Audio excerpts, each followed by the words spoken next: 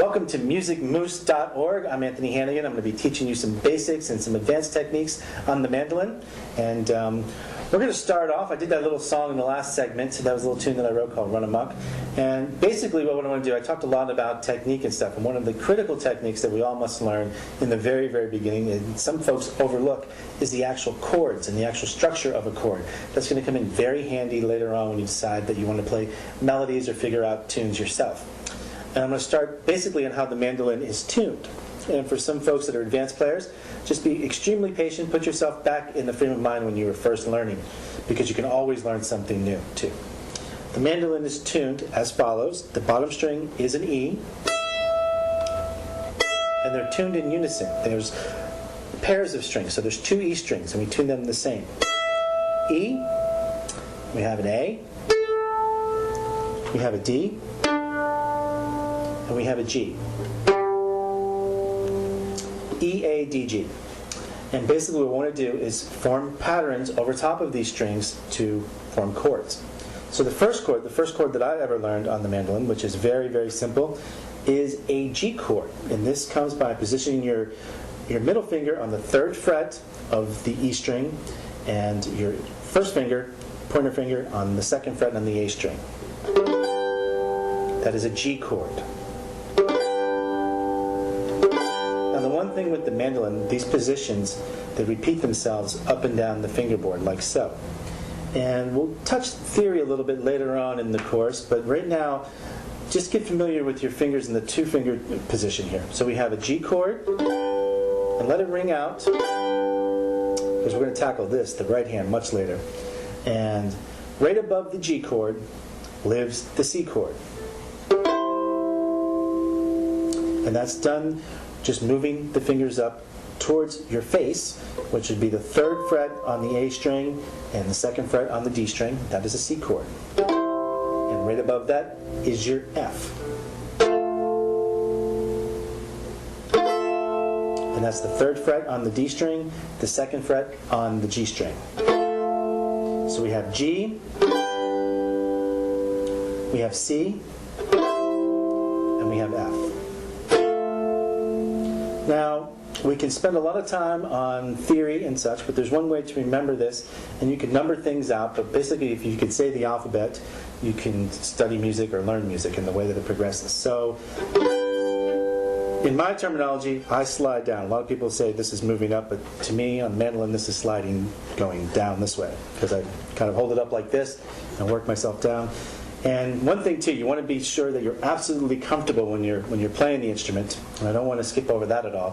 When you're playing these chords, so it should sort of just sit in your left hand, right in the cusp of your hand, like right here, and just let the neck fall right into position there, and strike those chords. And if you slide up, just in your 2-finger position, we have G sharp, followed by A, to a B flat, or an A sharp, to a B, up to a C, to a C sharp, to a D, to a D sharp, to an E, to an F, to an F sharp, and then back to a G.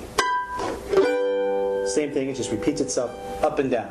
So if you can remember that pattern, you can pretty much call out anywhere your hands are on the fretboard. So if we do C the same way, we're going to walk it up. C, C sharp, D sharp, and E. Now the one thing you want to do, as I'm thinking about doing this here, is you don't want to, you'll notice that some combinations of strings do not sound well with other strings. So exactly, if I'm hitting E and I just hit the G and the E string, then it doesn't give me the same kind of ringing sound as the full G. Now we're going to start adding the triad. We're going to add a 3rd finger to this too. But once we get comfortable with the G, C, and D format, the 1, 4, 5. G. Now everybody play a G out there for me. Let me hear that G. You out there in Kansas, I know you guys play G really heavy. And basically at this time too, when you're sitting around just learning the instrument, it's a really good idea to start forming some discipline on your right hand. Because just like with the fiddle, and you saw with Dave's banjo lessons, the right hand is pretty much your accent that you're going to have in this language that you speak with music.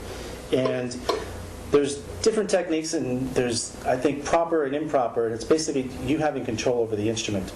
And the one thing I like to do when I'm doing this, when I'm just chording, is kind of just let the arm go. And you could do some exercises, stretch out your wrist, make sure your fingers, if you feel any kind of fatigue at all, it's time to just rest a little bit, take the fingers, stretch them out like this. You don't want to overstretch them or crack your knuckles, of course, but basically just play it so you're not in any kind of pain or anything.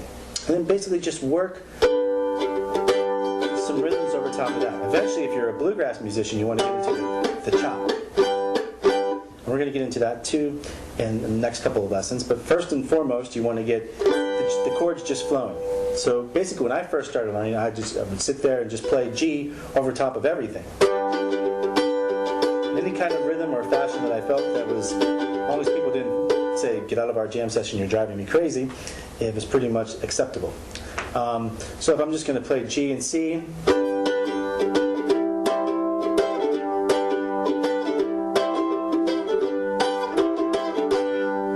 just with two fingers. Now we're going to expand a little bit and get your mind ready for the next lesson, of course, and that's when we're going to start adding three fingers into it. But the G chord, the C, and the F, all right here, are a very good beginning for you to learn your chords and start calling them off. So I'll go through it one more time. G, C,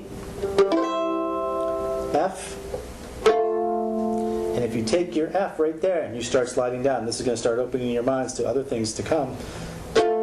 F sharp into a G again. And start looking where you're putting your fingers, and you'll start seeing how these chords are all going to start taking shape.